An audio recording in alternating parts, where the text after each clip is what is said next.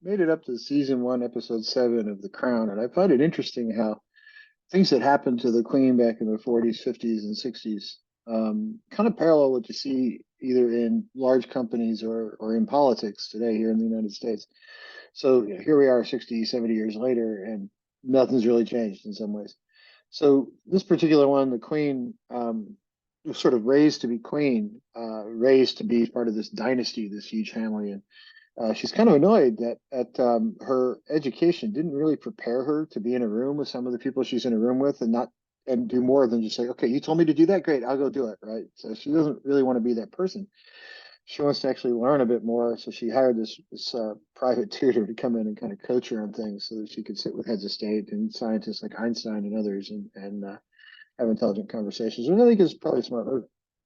Um, One of the crux of this episode is that the Russians had just tested a nuclear weapon, a hydrogen bomb, which is nuclear bombs are a whole thing. And as a physicist, we can go deep into that, but I don't really want to. But the hydrogen bomb is a very complex device.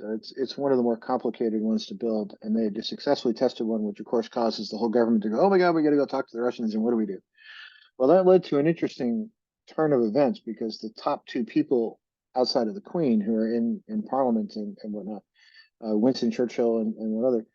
The two people who you'd want in those meetings were both very sick. One's in surgery and probably strung out on painkillers for most of the episode, could barely function because he's so addicted to them. And Churchill himself had two strokes and was stuck in bed. So, the government is essentially left headless for a while, and nobody wanted to tell the Queen, like, oh my God, your government is falling apart. Well, here's the one person who can actually kind of do something about that.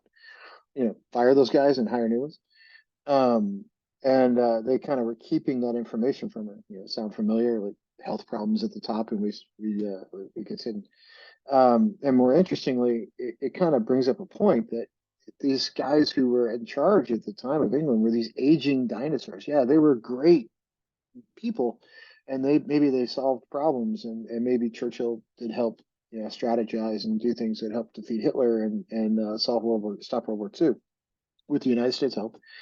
But he was really past his prime, and should he have still been in office is part of the question. And with his health problems, I think the answer is pretty much no. But the episode got into something else that I've actually seen in my career. And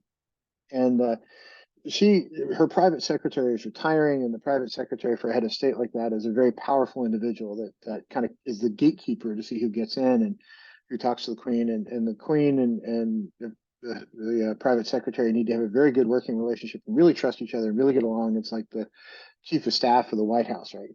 The president needs to have somebody they really trust in their role. So the guy that was doing it was retiring, and she had somebody she wanted in that job, so she really liked. She worked with him before and really liked him. He was sort of a more junior guy. She's like, I want that guy as my. And there was a whole big, oh my God, it's not his turn, right? We have a specific order. We do this stuff. And she's like, but the other guy sucks. I don't want him. But it's not his turn, right? So it lends itself to the question of big companies, politics, these higher end positions. It's like, well, that guy is his turn finally. Yeah, but is he the right guy for the job? Or is he not, right? Should we stop taking turns on who gets to be in charge and start looking at who really is the right person to have in charge? When you have a key position like that, you shouldn't base it on traditionally it would go in this order. Well, that's great, but what about the person who really should be there, and what's best for England, and really what's best for the government and the people and whatnot. So, it to me kind of says, we haven't really changed all that much as a group of humans. We're sort of the same people we were 100 years ago, 60, 70 years ago. I know it's not 100. I'm rounding up, but this episode really did kind of dig into a bunch of what went on then, and I see a lot of parallels of what goes on today. And I don't think we've learned anything from that history. I think we should learn from that history and sort of maybe evolve a bit, but maybe we will eventually. We're not quite there yet, so only time will tell. Have a great week, everybody.